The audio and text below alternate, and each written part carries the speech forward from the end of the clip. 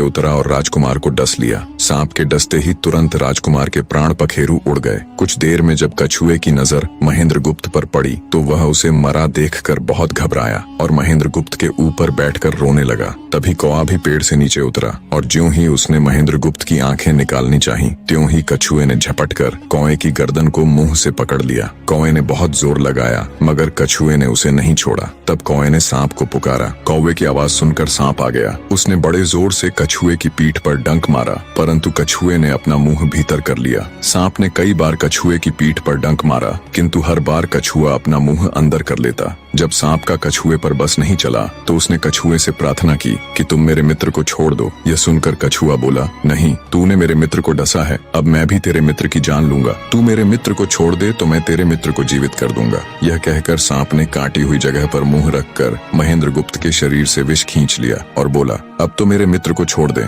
कछुए ने जब राजकुमार को देखा कि उसे थोड़ा होश आ रहा है और उसका जहर उतर रहा है तो उसने कौए को छोड़ दिया। जब महेंद्र गुप्त को होश आया तब कछुए ने उसे सांप के डसने का सारा हाल सुनाया। कछुए की बात सुनकर तुरंत महेंद्र गुप्त के मन में साधु की बताई पहली बात खटकी। सोचा, साधु की एक बात तो काम आई कि एक से भले दो होते हैं। मन ही मन उसने साधु को धन्यवाद दिया और आगे बढ़ चला। चलते चलते कुछ दिनों के बाद जब वे समुद्र के किनारे जा पहुंचे तब कछुए के बच्चे ने कहा, मित्र, मेरा देश आ गया है। यदि तुम कहो तो मैं अपने माता पिता से मिलाऊं। उनसे बिछड़े बहुत दिन हो गए हैं, वे बहुत दुखी होंगे। महेंद्र गुप्त ने उसे जाने की आज्ञा दे दी और स्वयं रात को वहीं समुद्र के किनारे उस जंगल में ठहर गया। जिस जंगल में राजकुमार ठहरा हुआ था उसी जंगल में वहाँ से कुछ दूर ही एक ठग का परिवार रहता था। ठग के 2 लड़कियां और 4 बेटे थे। उसकी बड़ी बेटी ज्योतिष विद्या जानती थी। जब भी कोई राहगीर, कोई यात्री उस जंगल से गुजरता और उसके पास कुछ कीमती होता तो ठग की बड़ी बेटी अपनी विद्या से जान लेती थी। आज फिर से उसे बहुत दिनों बाद बहुत से खजाने की महक आई। उसने अपने पिता से कहा, ऐसा प्रतीत होता है कि इस जंगल में एक पथिक आया हुआ है। उस पथिक के पास 4 लाल हैं। यदि तुम लोग उस पथिक को यहाँ ले आओ तो उससे लाल लेना मेरा काम है। यदि वे लाल हमको मिल जाएं तो हम जन्म भर के लिए निहाल हो जाएंगे, परंतु उस पथिक को मारना मत, उसे जीवित ही पकड़ लाओ। ठग अपने बेटों के साथ तुरंत उसकी तलाश में निकल पड़ा। वे थोड़ी ही दूर चले होंगे कि उन्होंने देखा एक आदमी एक पेड़ के नीचे सो रहा है। उसे देखकर उन्होंने सोचा कि यह वही पथिक हो सकता है जिसके पास लाल हैं। वे उसे पकड़कर ले गए और अपनी बड़ी बेटी के हवाले करके बोले, इससे लाल निकलवाना अब तेरा काम है। ठग की बड़ी बेटी ने पूरे आश्वासन के साथ कहा, तुम लोग चिंता मत करो, मैं इससे लाल निकलवा लूंगी,